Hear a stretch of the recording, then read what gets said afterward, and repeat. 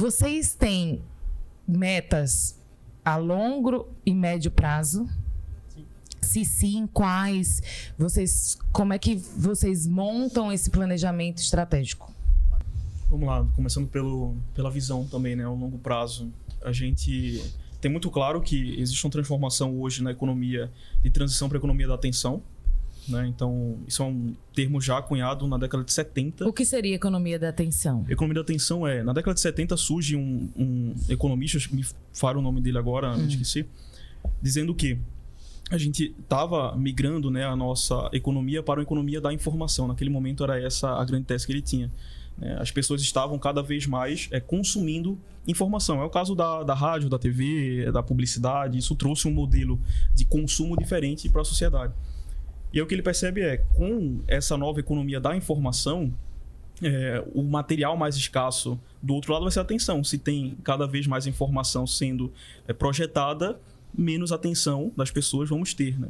E aí, por volta da década de 90, aí sim, com a ascensão da internet, eu esqueci também o nome, é Michael alguma coisa, o nome do outro economista que pega essa tese e desenvolve melhor, o que ele diz, né? Poxa, o que esse cara falou na década de 70 aqui faz sentido hoje para a década de 90 com a ascensão da internet, porque a migração para a internet vai fazer com que cada vez mais a atenção das pessoas seja mais escassa. E ele diz que a economia do material físico, né, que foi o que nos trouxe até aqui, depois da Revolução Industrial, ela ia migrar para a economia da atenção. A gente trocar a moeda de troca das pessoas se ele falta atenção. É o caso que a gente está vendo aqui, né? A gente está trocando, a pessoa está dando atenção para a gente está ganhando inúmeras métricas aqui, né? Pode ganhar o valor financeiro da publicidade que vai vir nesse vídeo, por exemplo. Você ganha aqui, se alguém pensa, por exemplo, em fazer Exuda, você ganha tempo de... tela, é o nome, né? Watch time na cabeça da pessoa, aquilo faz com que ela tenha mais propensão a comprar de você. Ou seja, a moeda de troca passa a ser agrega valor. Atenção. Perfeito. A gente vive esse mundo, né, em que a gente está cada vez mais indo para a economia da atenção e as empresas não sabem o que fazer. Você estava mencionando aqui que, poxa, eu quero crescer o Exuda e muitas vezes a gente não sabe o que fazer, né? Essa é a realidade do mundo inteiro. As pessoas não sabem o que fazer com a ascensão da internet para usar a atenção das pessoas em troca de crescer os seus próprios negócios. E a Blink se propõe a ser a empresa que vai liderar essa transformação, profissionalizando o mercado. Essa é a nossa visão de longo prazo. E por que essa é a nossa visão de longo prazo, né? Porque a gente olha a rede social hoje, usa a rede social hoje como principal ferramenta de transformação socioeconômica do século, né? Porque usando as redes sociais a gente tem visto a vida de pessoas mudarem. Foi o caso da minha. A minha me tirou da periferia como servente de obras e me transformou, né, num executivo lá em São Paulo e depois num empreendedor. Parêntese, muitas vezes a gente fala assim, porque essa galera geração Z agora só quer saber de ser influencer. E aí a gente tem mania de... Eu falo a gente porque muitas pessoas têm mania de menosprezar, porque quando a gente fala influência, tá rebolando um exemplo, né? Rebolando a bunda e colocando a bunda para jogo.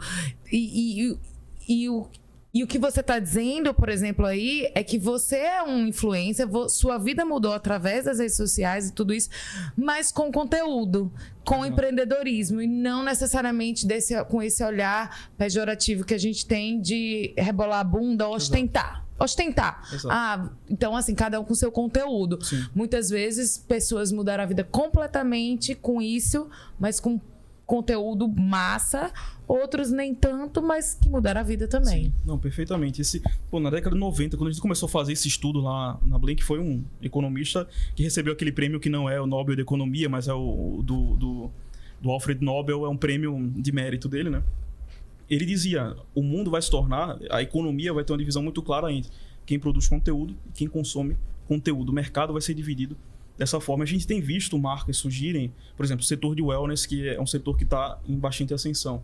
A gente tem visto marcas surgirem no TikTok, conseguindo uma projeção muito alta. Eu tenho um colega lá de São Paulo, ele começou a marca, assim, basicamente no mesmo ano que eu, no mesmo momento que eu. Esse é o segundo ano deles, vão faturar 85 milhões, assim. O negócio começou no surreal. TikTok, vendendo, inclusive, jujuba, só que de creatina. E é surreal isso, viu? Porque as crianças, a galera mais nova vai toda pro TikTok. Um dia eu fiquei passada com sobrinha, amiguinha de sobrinha minha, sabe a marca de todas as maquiagens. As meninas sabem tudo, porque vendo TikTok. Não passa nada ainda na cara, porque tem 9, 10 anos de idade, mas sabe tudo por causa do TikTok. Pois é. Não, os exemplos são inúmeros. Caso é TV, com a transmissão. Total. Enfim, então assim, A gente acredita que, de fato, nas próximas décadas, o mundo vai migrar para essa nova economia. Esse economista, ele falava que as pessoas estão achando que a economia da atenção, eles estão da mesma cabeça que quando os navegadores portugueses vieram para a América, eles achavam que iam trazer o feudalismo para cá. E, na verdade, surgiu o capitalismo aqui, né, com a vinda deles. Com a internet, as pessoas estão achando que a indústria vai para a internet. Não vai. Vai surgir uma nova economia, a economia da atenção. A Blank se propõe a ser essa transformação. E aí, no médio prazo, né, o que a gente propõe é até 2035, a nossa meta é gerar 1 bilhão de economia através das redes sociais para os nossos clientes. Por que 1 bilhão? Porque a gente acredita que, qual é essa economia, né? Em vez de eu gastar 1 milhão para ter em mídia, né, em anúncio, para ter um resultado, se eu uso a internet, eu não gasto esse dinheiro. E esse dinheiro pode ser usado para investir na estrutura da empresa e para contratar mais pessoas.